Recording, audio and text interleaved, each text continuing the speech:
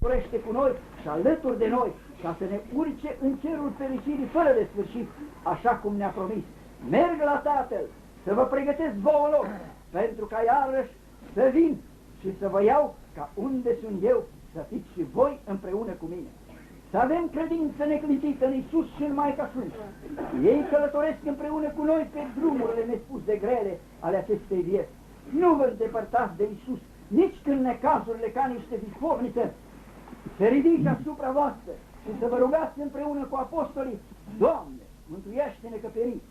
Fiți convinși că Iisus azi, ca și acum 2000 de ani, poruncește furtunii și ia să împrăște. Ca și acum 2000 de ani Iisus vă întinde mâna și vouă ca lui Petru și vă scapă de înnet. Încredere în Iisus, încredere născătoare de Dumnezeu, iubiți fii și fiice spirituale, încredere și rugăciune. În pragul veșniciei, Părintele și arhireul vostru vă înseamnă: rămâneți credincioși lui Dumnezeu, rămâneți încrezitori în Măicuța Preacurată, rămâneți alături de păstorii voștri sufletești și vă veți asigura propria mântuire a voastră și a neamului vostru românesc, oșenesc și maramureșan. Precum au fost pașnici, răbdători și de bună voință, alături în bine și în nădejde, părinții și strămoșii voștri, așa și voi. Că cei blânzi și îngăduitori vor moșteni pământul, zice Iisus.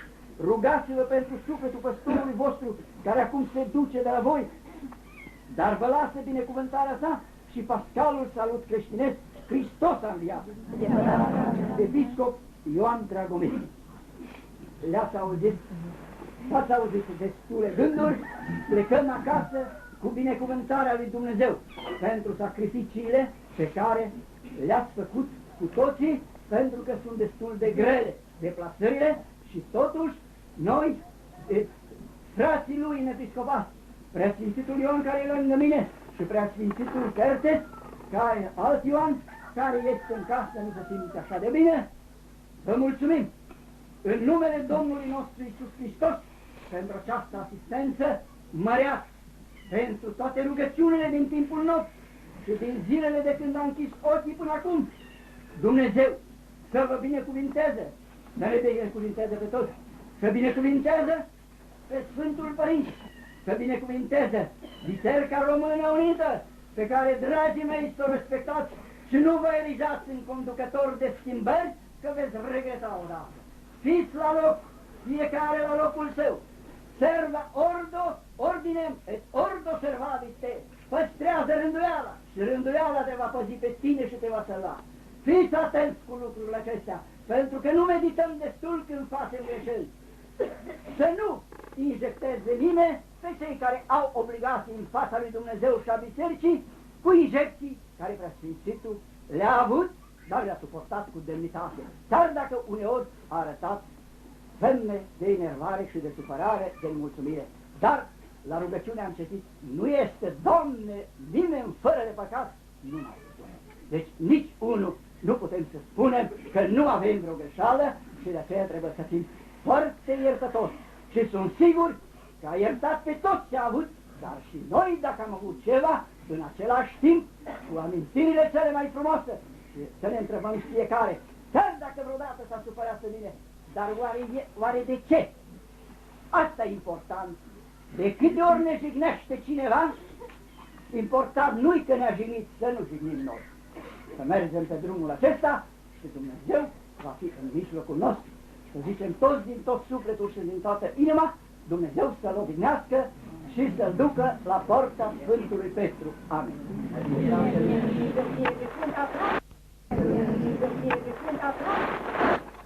Părăsește păstorul. Însă dacă noi avem durere și am simțit această durere, adormitul în Domnule, fratele nostru Episcop a avut cea mai mare durere când a trebuit să se despartă de credincioși și părinți. Însă această despărțire este numai de scurtă durată și avem nedeze în cealaltă viață împreună. Ceea ce îl caracterizează pe adormitul în Domnul de cursul vieții sale a fost laudabilă mărturisire a credinței care a fost moștenit, a păstrat-o până la în capătul vieții. Și a zis întotdeauna: o viață am, o lege, religie și o limbă, cereți-mi pe este cea din tâi și o dau, dar credința nu mi-o voi dau niciodată. Și această credință și-au păstrat-o până la sfârșitul vieții și cere și de la noi să o păstrăm această credință. Și a rămas bun de la toți credincioșii care i-a avut în parochie, în protopopiat și în eparchie.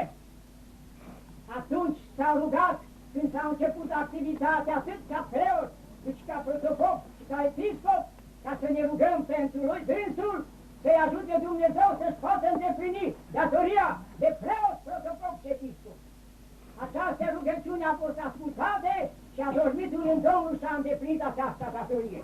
Și acum cere ca și în cealaltă viață, pentru viața cealaltă, să vă rugați să-i facă parte Hristos în cealaltă viață. Vă dă binecuvântarea tuturor a care sunteți prezenți și care nu sunteți prezenți în această eparchie. Și acum, când frate eu am pleci, nu, pentru noi nu pleci, pentru totdeauna, te vom așeza în mormânt, însă vom păstra amintirea întotdeauna de stare înaureatoare în numele Tatălui și a Fiului și a Sfântului Sfântului. Noi este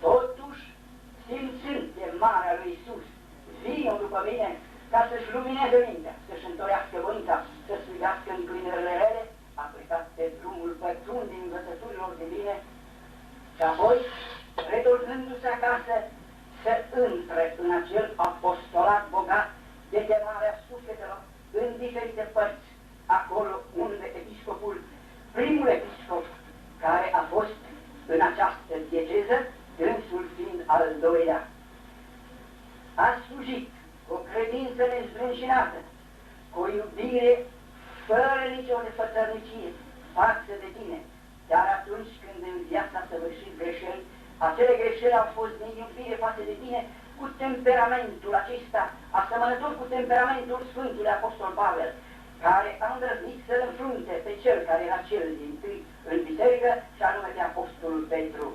Amândoi au predicat, unul tăria și altul umilința, pentru ca ei să scadă și persoana lui Iisus Hristos să crească, scopul vieții lor și scopul preasfințitului Ioan.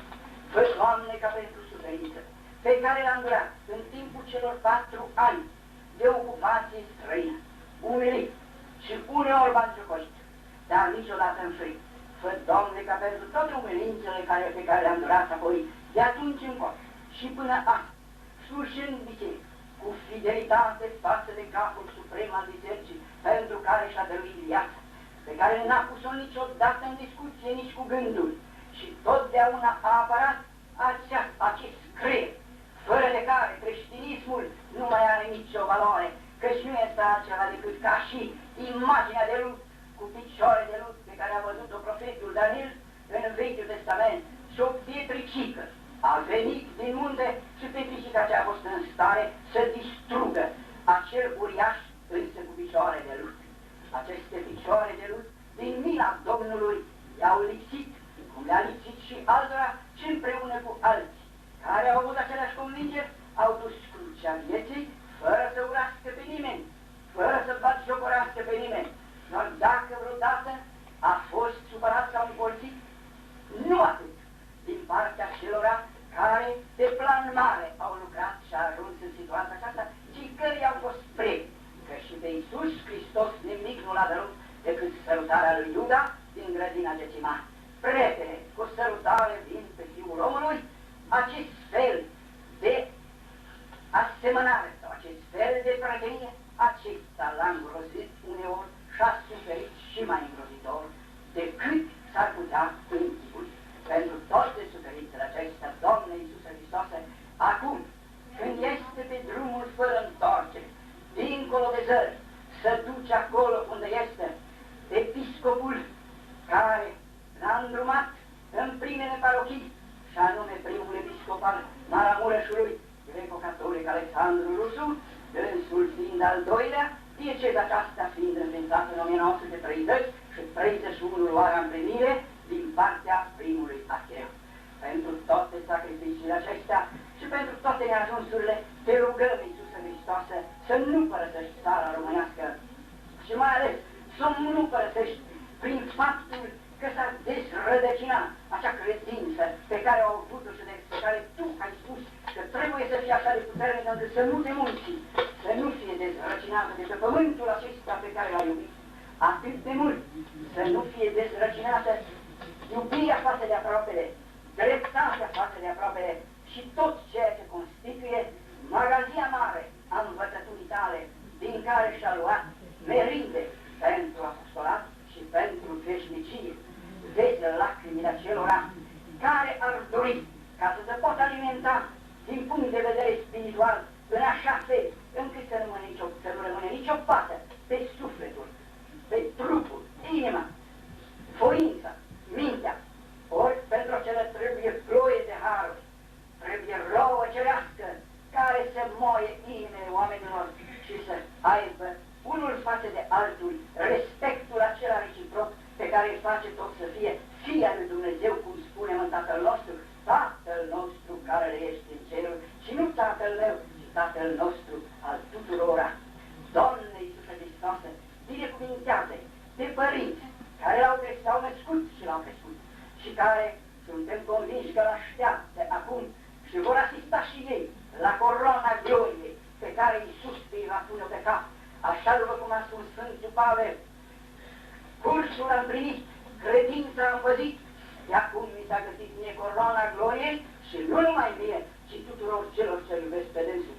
Fă, Doamne, ca tot aceia cărora le-a făcut bine, le-a păstorit în viață să-L aștepte la porta cerului, împreună cu primul vicar al Domnului nostru Iisus Hristos, pentru care și-a dăruit viața și pentru care a fost un stâlp. Acolo unde a trebuit să sprijinească, a fost fulger, unde a trebuit să lumineze, a fost ploaie.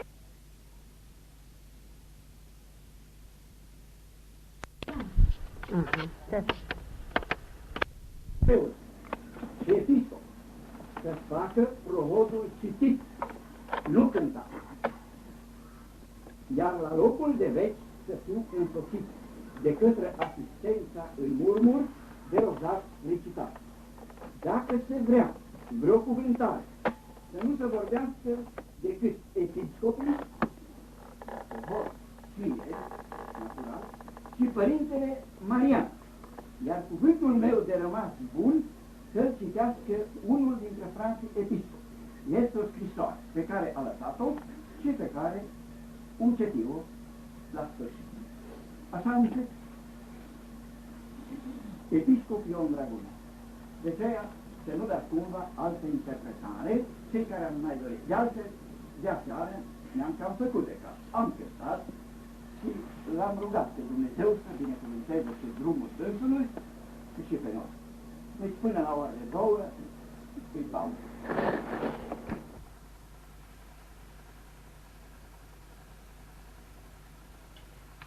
Veților, ale Tatălui, al Fiului și al Sfântului Spirit. Amin. Excelențele voastre, viți frați preoți, dragi credincioși, creștini, catolici români. Preasfințitul nostru episcop, pe care îl petrecem acum la cele veșnice, ne-a trimis mai multe rânduri în cei 6 luni și mai bine mesaj de pe patul durerilor și suferințelor sale.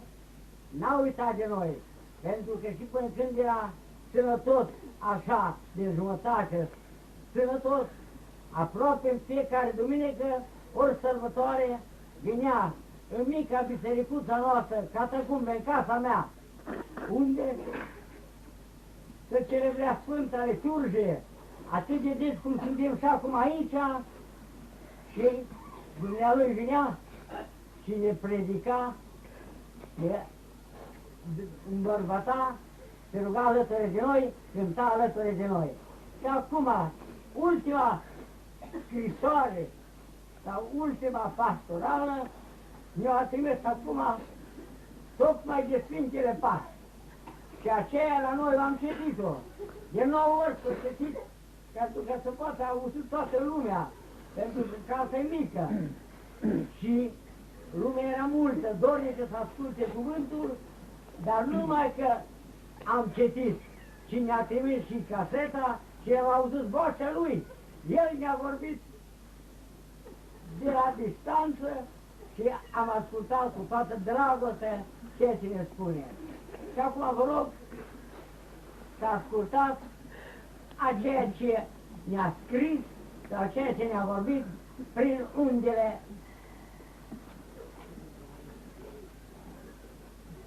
Iar o doua zi, care este după vineri, s-au adunat arhireii și farizeii la Pilat, zicând: Doamne, ne-am adus aminte că amăjitorul acela a spus, fiind încă viu în viață, după 3 zile mă voi scula, deci poruncește ca mormântul să fie păzit până a 3-a zi, ca nu cumva ucenicii lui să vină noapte și să-l fure și să spună poporului: s-a sculat de morți și va fi rătăcirea de pe urmă mai mare ca și cea din-tâi.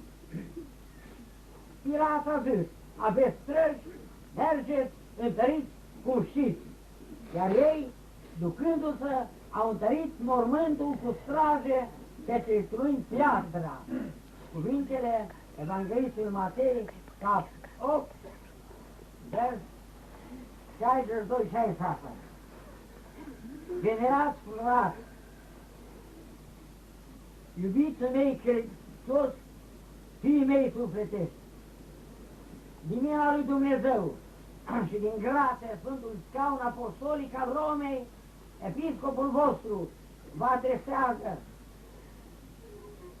cele ce urmează din ocazie cele mai mari sărbători a creștinătății, învierea Domnului nostru Iisus Hristos din mormânt.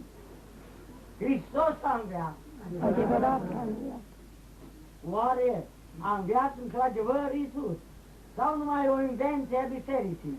Realitatea învierii e un adevăr de nedruncinat, poate care nu se poate trece, peste care nu se poate trece.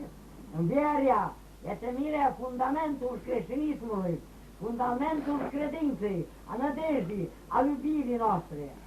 Dacă Iisus n-a înviat din morți, creștinismul e cea mai mare înșelătorie din toată lumea, iar credința noastră a fi zădarnică. După suferințele îngrozitoare de pe lemnul crucii pentru păcatele noastre, a treia te-a înviat. Să vedem cum descriu evangheliștii acest mare adevăr. Sfântul Evanghelist Matei, în cap 18, vers 1-7, spune: după ce a trecut sâmbăta, când se lumina de ziua întâi a săptămânii, a venit Maria Magdalena și cealaltă Marie ca să vadă mormântul. Și iată s-a făcut cu tremur mare. Îngerul Domnului, coborând din cer și venind, a prăvălit piatra și ședea deasupra ei. Și îmbrăcămintea lui era ca fulgerul și îmbrăcămintea lui albă ca zăpada. Și de frica lui s-au cutremurat și ei păzeau și s-au făcut ca morți. Dar îngerul, răspunzând, a zis femeilor: nu vă temeți, că știu că pe Iisus cel răstit îl căutați, nu este aici, căci s-a sculat, precum a zis, veniți să vedeți locul unde a zăcut. Și de grabă mergând, spuneți ucenicilor lui că s-a sculat de mort. Iată, va merge înainte voastră în Galileea, acolo îți veți vedea pe dânsul. Acest mare adevăr îl descriu toți evangheliștii, în mod special cu lux de amănunte. Sfântul Evanghelist Ioan, în cap 20, versul 19-29 spune: și fiind seară, în ziua aceea, întâia săptămânii, și ușile fiind încuiate, unde erau adunați ucenicii de frica iudeilor, a venit Iisus, ca stat în mijloc, și a zis: pace vouă! Și zicând acestea, le-a arătat mâinile și coastea sa. Deci s-au bucurat ucenicii, văzând pe Domnul. Iar Toma, unul din cei 12, cel numit Geamănul, nu era cu ei când a venit Iisus. Deci a zis lui ceilalți învățăcei: am văzut pe Domnul. Dar el le-a zis: dacă nu voi vedea în mâinile lui semnul cuilor, și nu voi pune mâna mea în coastea lui, nu voi crede. Și după 8 zile, ucenicii lui erau iarăși înăuntru și Toma împreună cu ei. Și a venit Iisus, ușile fiind încuiate, și a stat în mijloc și a zis: pace vouă! Apoi i-a zis lui Toma: adă degetul tău încoace și vezi mâinile mele și adă mâna ta și o pune în coastea mea și nu fii necredincios, ci credincios. A răspuns Toma și a zis: Domnul meu și Dumnezeul meu. Iisus i-a zis: pentru că m-ați văzut, ai crezut. Fericiți cei ce n-au văzut și au crezut. Iisus Domnul, în timpul șederii sale pe pământ, până la înălțare, s-a lăsat mai de multor persoane. E necesar de amintit că noi existăm și ca și creștini, pe baza acestor învieri, la un fapt, o realitate de netăgăduit. Se pune întrebarea, de unde își are originea creștinismul? Răspunsul fără putință de legată este că de la Iisus, de la învierea sa. Hristos a înviat. Adevărat a înviat.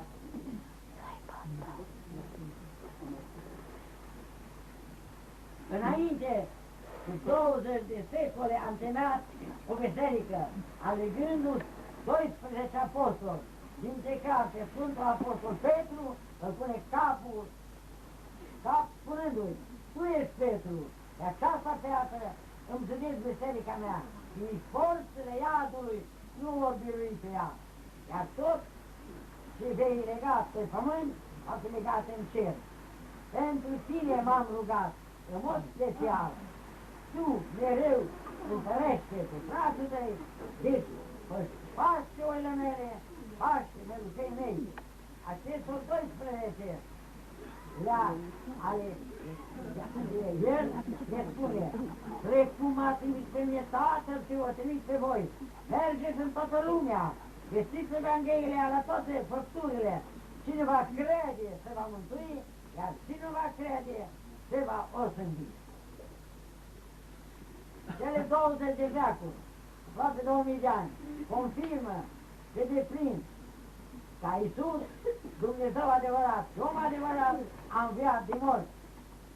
Și cel din tâi martir, Sfântul Ștefan, continuându-se cu Sfântul Petru, cel răstărit, cu capul în jos, la Roma, și cu Sfântul Pavel, cel din Coliseul din Roma și din întreaga lume, până la episcopii, predicatorii noștri, au dovedit adevărata învierea lui și învățăturii lui, fapt care ne face în continuare și să fim mândri că facem parte din biserica adevărată a lui Iisus Hristos, care e una sfântă, catolică și apostolică, biserică în frunte cu Petru.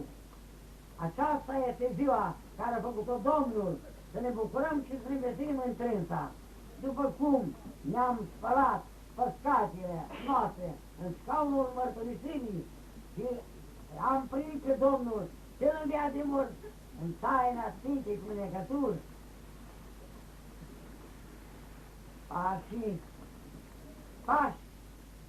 pașii nu pot avea, pașii nu pot avea alt înțeles acela care sunt împăcați cu Dumnezeu, să-L iubim, să-i împlinim poruncile, crescându-le copiii și familia în frica lui Dumnezeu. Păcatul e singurul rău din lume pe care să nu-l mai facem.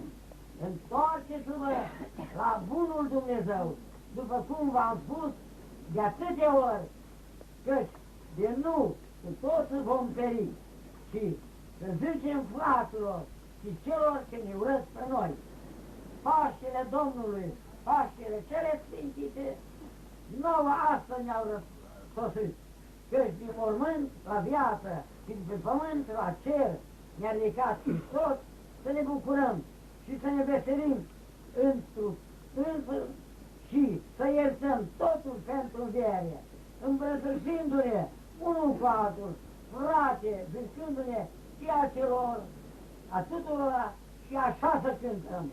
Hristos a înviat din morți și cu moartea ta.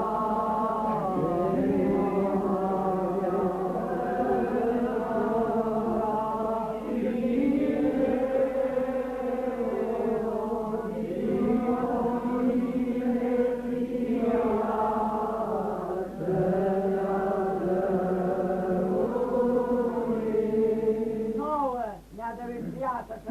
veșnică, închinându-ne sfinte în venicele de a treia zi.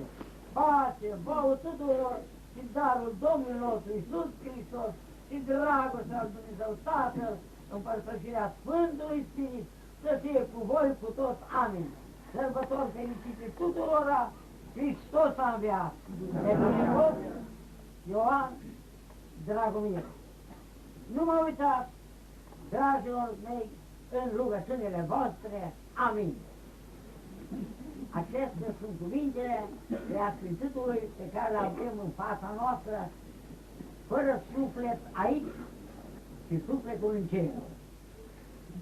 Să rugăm pe tot Părintele Dumnezeu, aceea dragoste ce au avut-o dânsul față de Biserica adevărată lui Hristos, să o avem și noi cu toți și orice jertfă mi s-ar cere, noi, cu frunte ridicată, să răspundem tuturora: sunt creștin, sunt al lui Hristos, vreau să-L iubesc pe Hristos, vreau să-i slujesc lui Hristos și vreau să mor cu inima împăcată, să-mi dau sufletul meu lui Hristos, care pentru mine am în lemnul crucii. Amin. În numele Tatălui, Fiului și Sfântului Spirit. Amin. Hristos a înviat. Îndurerată familie, iubiți frați, preoți, iubiți credincioși de orice confesiune și iubiți frați români sau neromâni, de orice concepție de viață care sunteți aici prezenți, să ascultați fie rugăciunile noastre, fie anumite cuvinte care vi se adresează, necăutând prin ele altceva decât să-L preamărim pe Dumnezeu, prezent în Iisus Hristos înviat de morți, în același timp să putem simți cu toții, deși într-o ocazie dureroasă, bucuria în sufletele noastre, acea bucurie de a fi Fiul lui Dumnezeu. Și fiindcă văd mulțimea aceasta adunată aici, persoane din toate părțile țării, de la Brașov, de la București, de la Lugoj, de la Oradea Mare, Sibiu, Blaj, Târgu Mureș și din alte localități, natural, din Maramureșul Voivoda, care au adus la casa aceasta astăzi pe toate cărările, cu toate cursele, persoane care au voit să salute pentru ultima dată pe un cunoscut de-a lor. De ce ați venit să salutați din depărtări pe acest mort, pe acest decedat, pe această persoană care pe drumul veșniciei trece pragul din timp în eternitate? Ca să răspund la întrebarea aceasta și să o lămuresc, nu găsesc ceva mai înălțător, mai real, mai potrivit decât o conversație pe care a avut-o sus la apa Iordanului cu mulțimi de oameni care au venit la el, credând însă că este Ioan Botezătorul. Dar Ioan Botezătorul era la necasă. Și când a văzut mulțimea care se uita nedumerită necunoscându-L pe Iisus, Iisus s-a îndreptat spre ei și i-a întrebat: ce ați venit să vedeți în pustie? Om îmbrăcat în haine moi? Aceia în casele împăraților sunt. Dar ce ați venit să vedeți în pustie? Profet? Fără să depună eforturi. Adică treștea nu este jar, nu e nici stâlp, și ea se acomodează oricărei împrejurări. Și Iisus prinde din natură, omul și stăpânul naturii, elementele care sunt mai potrivite din punct de vedere pedagogic pentru sufletul omenesc. Ce-ați venit să vedeți în pustie, trestie clătită de vânt? Vă pun și eu acum întrebarea aceasta, dar mi-o pus și mie. Ce-ați venit de la București să vedeți în curtea acestei case? Ce-ați venit să vedeți de la Oradea Mare în ograda aceasta? Ce-ați venit din Banat ca să asistați la lacrimile și durerile familiei, a nepoților, a rudenilor apropiate? Ce-ați venit să vedeți lacrimile maramureșenilor din Baia Mare, din Ariliș, din Satul Mare și din tot Maramureșul până la Tisa, din Sigetul Barmației. Ce-ați venit să vedeți aici? Că doar cazuri de moarte sunt în toate localitățile, din păcate în fiecare zi și mai multe cazuri. La întrebarea aceasta, ca să răspund cum se cade, se cuvine o lămurire de teologie, o lămurire reală, o lămurire prin care să se definească persoana care este pe catafalc și noi suntem în jurul ei. Această trestie despre care Iisus vorbește nu e pe catafalc, nu e nici în ograda aceasta, nu e nici în Maramureș, nu e nici în altă parte a întregii țări, făcând aluzie la dormitul în Domnul Preasfințitul Ioan Dragomir. Vom putea răspunde dacă ne dăm seama de ce a venit Iisus și ce împărăție a întemeiat Iisus și ce persoane a trebuit lui Iisus pentru ca să ducă înainte opera de răscumpărare a neamului omenesc. E admirabilă toată teologia aceasta din cuvântările lui Iisus despre misiunea pe care o încredințează prietenilor lui. De cum m-a trimis pe mine Tatăl și eu vă trimit pe voi. Mergeți drept în lumea întreagă, vestiți Evanghelia la toate popoarele, cine va crede se va mântui, cine nu se va osândi. N-aveți frică, cu voi sunt în toate zilele până la sfârșitul veacului.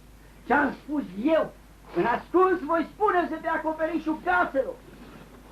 Nu vă temeți de cei ce ucid trupul, ci vă temeți de cei ce pot să ucidă suflet. Și sunt textele minunate cunoscute nu numai de preoți, ci și de credincioși buni. Aceste texte sunt la baza legăturilor dintre adormitul în Domnul, episcopul Dragomir și Domnul nostru Iisus Hristos cu împărăția lui de 2000 de ani. Ce i-a trebuit lui Iisus Hristos? Ce persoane? Persoane care înfruntă ce-a înfruntat și El. Săptămâna Mare este documentul istoric fără posibilitate de tăgadă, că a fost o realitate istorică plătită și cimentată cu sânge, cu suferință, cu foame, cu zbiciuiri, cu tot ceea ce a însemnat figura aceasta desfigurată a lui Iisus Hristos, ca să o ducă cu seninătate până la sfârșit, iar de pe înălțimea crucii să poată spune acelora care erau în fața lui și l-au judecat și cărora le va fi el judecător, tocmai pentru misiunea patimilor, pentru săptămâna patimilor, a câștigat acest drept de a fi judecătorul lumii întregi, cum astăzi este judecătorul episcopului Ioan Dragomir. Mergeți drept aceea în lume, dar trebuie să aveți o stabilitate, dar să știți că nu veți fi adorați, căci eu v-am spus-o înainte, nu pentru lume mă rog, ci pentru aceștia mă rog, ca ei să fie una precum tu, Părinte, și noi, și ei să fie una.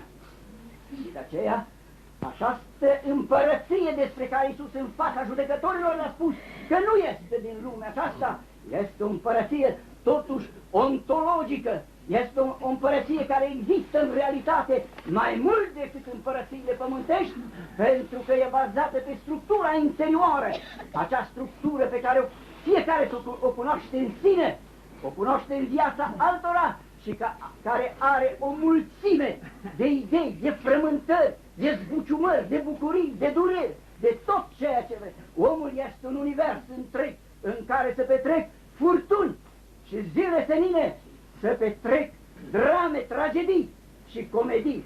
Totul se poate petrece în sufletul omenesc. Ce-a cerut Domnul nostru Iisus Hristos de la stâlpii marelui templu al creștinătății. A cerut întâi de toate credința. Și acum vă pun întrebarea, ce ați venit să vedeți aici? Și vă răspund, ați venit să vedeți un om al credinței. Nu-i trestie de plătită de vânt, cum n-a fost nici Ioan Botezătorul, a cărui nume l-a portat cu demnitate, și dimpotrivă a fost un om care l-a iubit pe Iisus Hristos în plinul sens al cuvântului, din tot sufletul și din toată inima, și această iubire l-a determinat să păstreze credința, fără de care nu este cu putință a plăcea lui Dumnezeu. Credeți în mine și în Dumnezeu credeți. În casa tatălui meu multe lăcașuri sunt și astăzi noi îl petrecem la unul din lăcașurile acelea. Deci, Ioan Dragomir, episcopul nostru, episcopul acestei dieceze, a fost un stâlp al împărăției lui Iisus Hristos. Pentru că acest stâlp să rămână nedărâmat, pentru aceasta a trebuit în timp să practice o mulțime de virtuți. Fiți siguri că nu se pot vorbi despre toate, dar una singură, virtutea tăriei, care este cea mai importantă atunci când vin furtuni asupra vieții omenești. E foarte ușor ca la început, în fața unui pericol, omul să zică îl înfrunt, dar ca să-l înfrunți, ani de zile, zeci de ani de zile, vin ispitele, vin necazurile, vin greutățile, vine foamea, vine setea, vine golătatea, vine disprețul, vine bătaia. Toate vin și cu toate acestea, ca tu să le înfrunți în continuu pentru împărăția lui Dumnezeu, aceasta este cea mai mare performanță care e posibil să se realizeze în viața omenească. Ce-ați venit să vedeți în pustie? Trestie sfățită de vânt?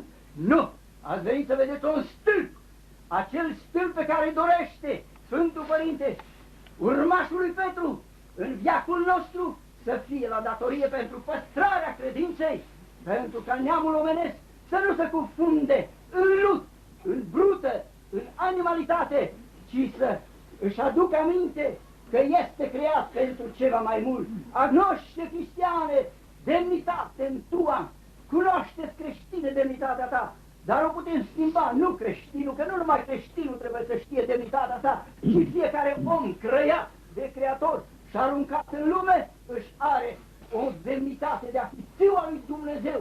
Mai mult, Dumnezeu sunteți atunci când împliniți legea totală pe care a lăsat-o Dumnezeu. Ca unde sunt eu, să fiți și voi împreună cu mine. Să avem credință neclintită în Iisus și în Maica Sfântă. Ei călătoresc împreună cu noi pe drumurile nespus de grele ale acestei vieți. Nu vă îndepărtați de Iisus, nici când necazurile ca niște vifornițe se ridică asupra voastră și să vă rugați împreună cu apostolii: Doamne, mântuiește-ne că perim. Fiți convinși că Iisus azi, ca și acum 2000 de ani, poruncește furtunii și ea se împrăște. Ca și acum 2000 de ani Iisus vă întinde mâna și vouă ca lui Petru și vă scapă de înnec. Încredere în Iisus, încredere născătoare de Dumnezeu, iubiți fii și fiice spirituale, încredere și rugăciune. În pragul veșniciei, Părintele și Arhireul vostru vă înseamnă: rămâneți credincioși lui Dumnezeu, rămâneți încrezitori în Măicuța Preacurată, rămâneți alături de păstorii voștri sufletești și vă veți asigura propria mântuire a voastră și a neamului vostru românesc, oșenesc și Maramureșan. Precum au fost pașnici, răbdători și de bună voință, alături în bine și în nădejde, părinții și strămoșii voștri, așa și voi. Că cei blânzi și îngăduitori vor moșteni pământul, zice Iisus. Rugați-vă pentru sufletul păstorului vostru, care acum se duce de la voi, dar vă lasă binecuvântarea sa și pascalul salut creștinesc: Hristos a înviat. Episcop Ioan Dragomir. Le-ați auzit? V-ați auzit destule gânduri? Plecăm acasă cu binecuvântarea lui Dumnezeu pentru sacrificiile pe care le-ați făcut cu toții, pentru că sunt destul de grele deplasările și totuși noi, frații lui în episcopat, Preasfințitul Ioan care e lângă mine și Preasfințitul Tertes, care alt Ioan, care este în casă, nu se simte așa de bine, vă mulțumim în numele Domnului nostru Iisus Hristos pentru această asistență măreată, pentru toate rugăciunile din timpul nopții,